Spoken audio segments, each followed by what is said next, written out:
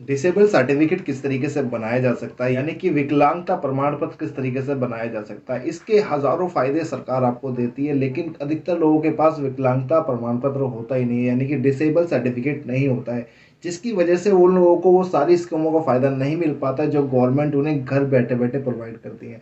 जी हाँ दोस्तों, तो आज की इस वीडियो में ये जानेंगे कि यूडीआईडी की मदद से किस तरीके से हम विकलांगता का रजिस्ट्रेशन कर सकते हैं, यानी कि डिसेबल सर्टिफिकेट का रजिस्ट्रेशन कर सकते हैं और उसे बनवा सकते हैं। तो आज का वीडियो बहुत ज़्यादा अहम होने वाला है उन सभी भाई बहनों के लिए जो कि इस समस्याओं से जूझ रहे हैं और इस समस्याओं से सरकारी बेनिफिट का फायदा भी नहीं उठा पा रहे हैं। चलिए वीडियो को शुरू करते हैं। चैनल पर नए तो चैनल को सब्सक्राइब जरूर कर लेना ताकि ऐसी ही जरूरी जानकारी मिलती रहे मेरे द्वारा।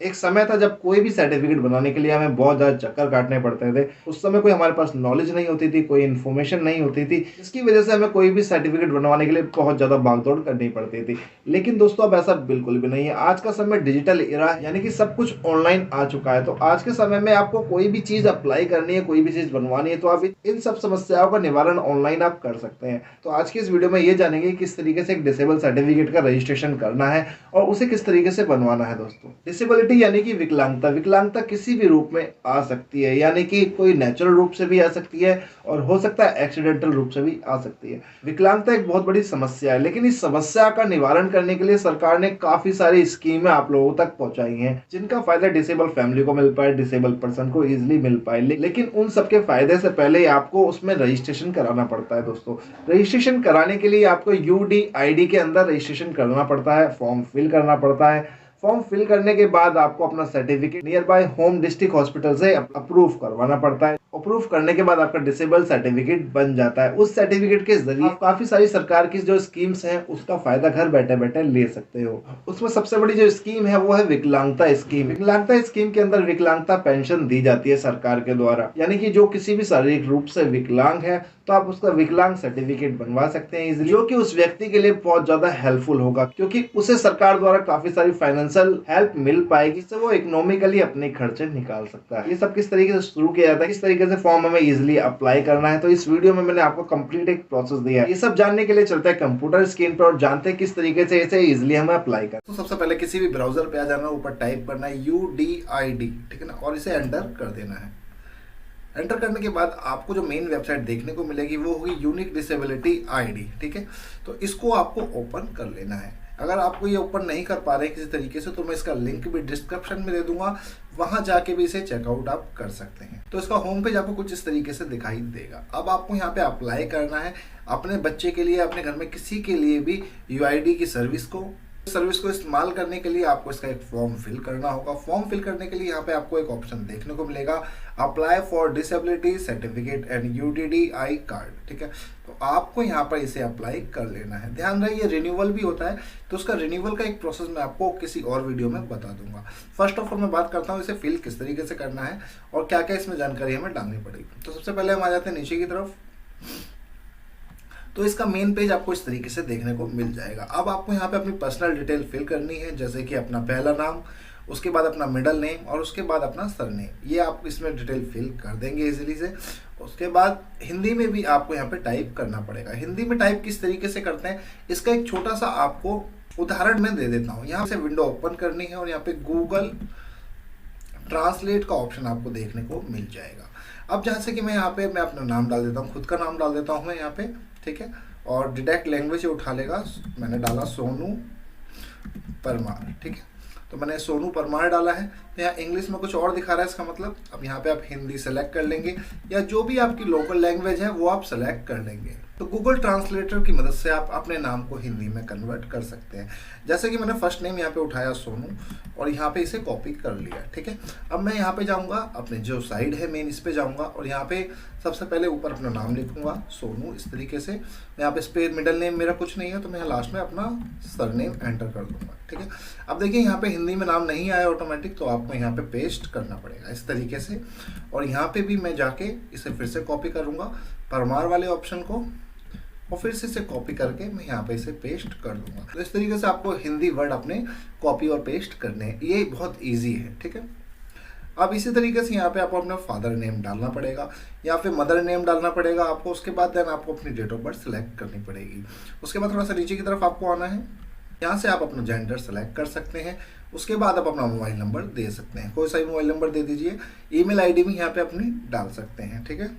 मार्क आइडेंटिफिकेशन, अगर आपके शरीर पे कोई भी कटे पिटे, कोई चेहरे पे मोल है या कुछ भी ऐसा कोई निशान है जिससे आपकी पहचान होती है, तो वो यहाँ पे मार्क आइडेंटिफिकेशन आप डाल सकते हैं, ठीक है। और यहाँ कैटेगरी में आप अपनी कैटेगरी सेलेक्ट कर सकते हैं, किस कैटेगरी से आप बिलोंग करते हैं। उसके बाद आ जाना है, यहाँ पे अपना ब्लड ग्रुप डाल दीजिए। अगर ब्लड ग्रुप पता है तो ठीक है, नहीं पता है तो छोड़ भी सकते हैं, नेसेसरी नहीं है। मैरिटल स्टेटस जरूर डालना कि आप मैरिड हैं, अनमैरिड हैं, विडो हैं, डाइवोर्सी है, जो भी आप हैं वो आप सेलेक्ट कर सकते हैं, ठीक है। उसके बाद आ जाना है आपको नीचे के ऑप्शन पे, यहाँ पे आपको please select relation with PWD।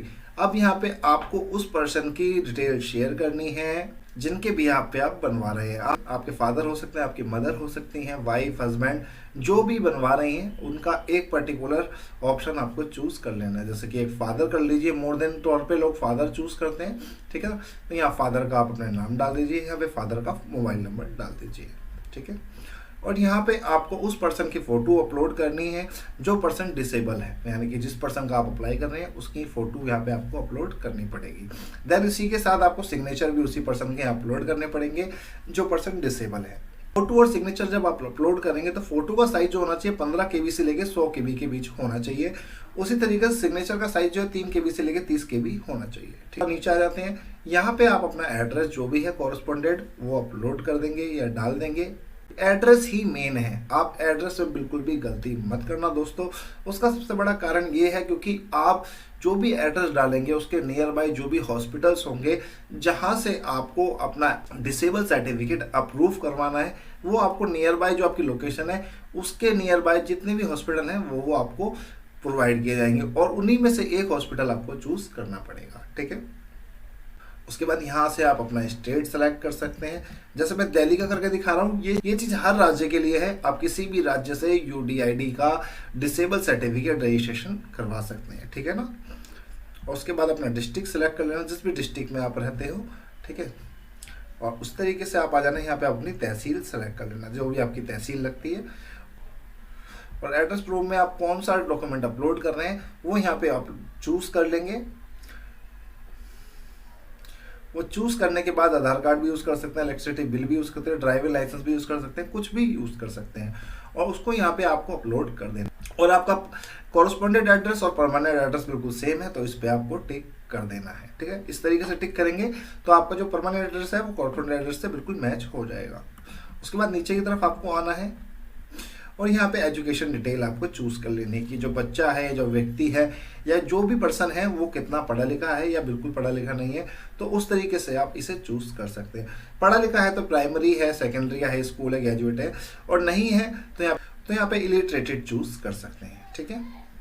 उसके बाद ये चूज करने के बाद आपको यहाँ पे नेक्स्ट ऑप्शन पे आ जाना है।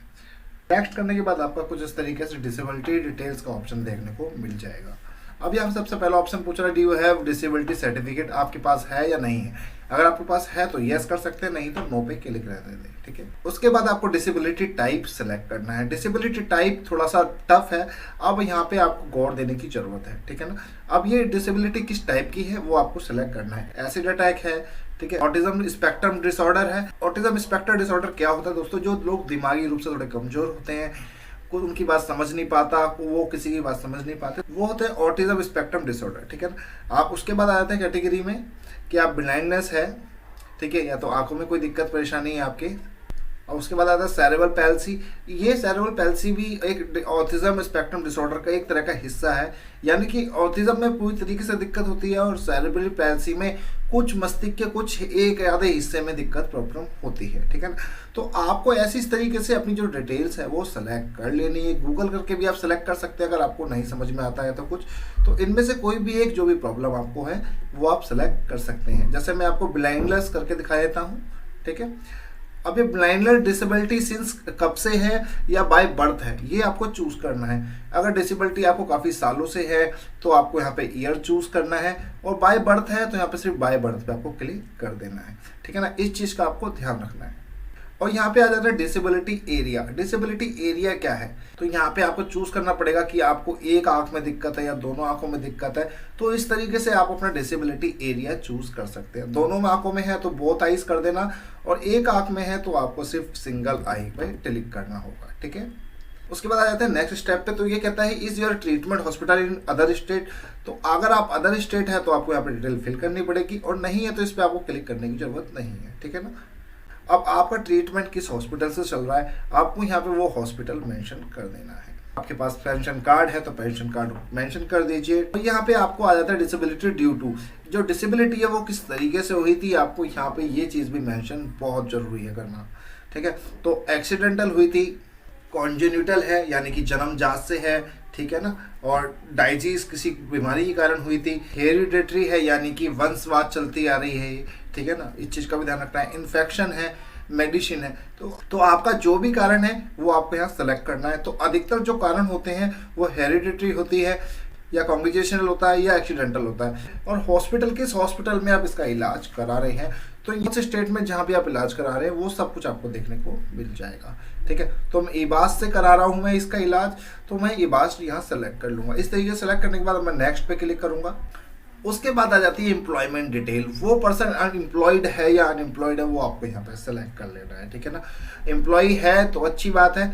अगर जैसे कई पर्सन जिसके एक आधा हाथ में प्रॉब्लम होती है, और काफ़ी सारे ऐसे पर्सन जो कि एम्प्लॉयड होते हैं, तो वो एम्प्लॉयड यहाँ पे सेलेक्ट कर सकते हैं। तो मैं यहाँ पे जो भी एम्प्लॉय आप हो, गवर्नमेंट हो, प्रोफेशनल हो, ठीक है, प्राइवेट जॉब है, सर्विस है, एग्रीकल्चर है, क्राफ्ट है, तो उसमें से आपको अपना ऑक्यूपेशन सेलेक्ट कर लेना है, ठीक। और यहाँ पे उसके बाद आप अपना BPL और APL जो भी आपके पास है या नहीं, वो चीज़ आपको यहाँ पे मेंशन कर देनी है, ठीक है।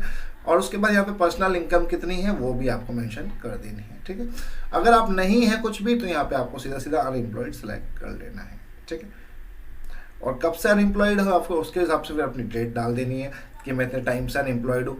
उसके बाद आपको नेक्स्ट पे क्लिक कर देना है। लास्ट ऑप्शन आएगा आपके पास आइडेंटिटी डिटेल पे। आप अपनी आइडेंटिटी के तौर पे कोई भी एक ऑप्शन चूज कर सकते हैं। जैसे मैं आधार कार्ड कर लेता हूँ, ठीक है। आपने आधार कार्ड अपना कॉरस्पॉन्डेंट एड्रेस के तौर पे लगाया है तो यहाँ पे क्लिक कर दीजिए, तो आपको अपलोड करने की जरूरत नहीं पड़ेगी, ठीक है। और आपने कोई और डॉक्यूमेंट लगाया है तो आपको आधार कार्ड अपलोड करने की जरूरत पड़ेगी, ठीक है। इस चीज़ का ध्यान रखना है आपको। तो मैंने लगाया है तो मैं यहाँ पे आधार कार्ड पे क्लिक कर दूंगा। यहाँ पे आधार कार्ड नंबर डाल देना है। उसके बाद आया agreed share Aadhaar information with government department, इस पे आपको क्लिक कर देना है। उसके बाद यहाँ पे कैप्चा कोड टाइप करना है, जो है कैप्चा कोड लिखा हुआ आ रहा है। और इसके बाद I have read agree and term and condition, इस पे आपको क्लिक कर देना है। और उसके बाद आपको यहाँ पे एक बार प्रीवियस कर लेनी है डिटेल। प्रीवियस करने के बाद यहाँ पे प्रोसीड का बटन लिखा हुआ है, इसे आप क्लिक, डाटा प्रोसीड हो चुका है। अब ये डिटेल जो है आपको देखने को मिल जाएगी, जो आपने फिल की है स्टेप बाय स्टेप, वो सारी जानकारी आपको यहाँ देखने को मिल जाएगी। अब इस फॉर्म को ऊपर से लेकर नीचे तक अच्छी तरीके से जांच लें, खास तौर पे अपने एड्रेस को, जो डिटेल आपने फिल की है उन चीज़ों को, क्योंकि आपके एड्रेस और आपकी डिटेल के बिहाफ पे ही वेरिफिकेशन होती है। बिल्कुल कोशिश करें कि ये बिल्कुल भी गलत ना हो, ठीक है। अगर आपको कोई दिक्कत लगती है तो एडिट एप्लीकेशन पे जाके एडिट कर सकते हैं, और नहीं तो आप यहाँ से कन्फर्म एप्लीकेशन पे क्लिक। कंफर्म करने के बाद यहाँ पे डिस्क्रिप्शन आ जाएगा। ये कहना चाहता है कि जो जो डिटेल आपने फिल की है वो सही है, तो यस पे क्लिक करें। तो यहाँ पे आप सभी कॉलम्स पे स्टेप बाय स्टेप एक एक करके आप सब पे यस कर देंगे, क्योंकि ये वही सारी डिटेल है जो आपने फिल करी है फॉर्म भरते समय, ठीक है। तो यहाँ पे सारी डिटेल सही है, तो मैं सारी डिटेल यस कर देता हूँ। अब यहाँ पे कन्फर्म एप्लीकेशन कर देता हूँ। अब ये फॉर्म डाउनलोड हो चुका है आपका, तो मैं यहाँ से डाउनलोड कर लूँगा इस फॉर्म को, और सारी डिटेल देखने के बाद मैं इसे प्रिंट कर दूंगा, ताकि जब भी मैं हॉस्पिटल जाऊं तो मेरे पास वो फॉर्म अवेलेबल हो जो उनको दिखाने हैं, और साथ ही मैं अपने बच्चे की वेरिफिकेशन भी करवा सकूं। इसके अलावा एक महत्वपूर्ण बात और है, मैं आपको बता देता हूँ इस वीडियो में। पहले मैं इसे प्रिंट कर लेता हूँ ताकि आपको जो दूसरा प्रोसेस है वो भी मैं दिखा सकूँ ईजिली, ठीक है। पहले मैं इसे प्रिंट दे देता हूँ। अब देखिए यहाँ पे डाउनलोड रिसिप्ट 2, ठीक है, डाउनलोड रिसिप्ट आ रहा है। ये भी बहुत इंपॉर्टेंट कागज़ है, इसको भी आप प्रिंट करवाइए। इसके अंदर सारे हॉस्पिटल मेंशन है आपके नियर बाय लोकेशन के, जहाँ पर जाकर आपको इसमें किसी भी एक हॉस्पिटल में विजिट करना है, जहाँ आपकी वेरिफिकेशन होगी, बच्चे की जाँच होगी, और आपका जो है डिसेबल सर्टिफिकेट अप्रूव किया जाएगा, ठीक है ना। तो अगर आपको जानकारी अच्छी लगी तो चैनल को सब्सक्राइब करना बिल्कुल भी ना भूलना। साथ ही वीडियो को लाइक करना और किसी ज़रूरतमंद के लिए आप इस वीडियो को शेयर भी कर सकते हो। साथ ही अगर कुछ ना समझ में आए किसी भी तरीके से तो मुझे आप कमेंट कर सकते हो, मैं सारे क्वेश्चन के आपके आंसर देता रहूँगा। तब तक के लिए जय हिंद, वंदे मातरम।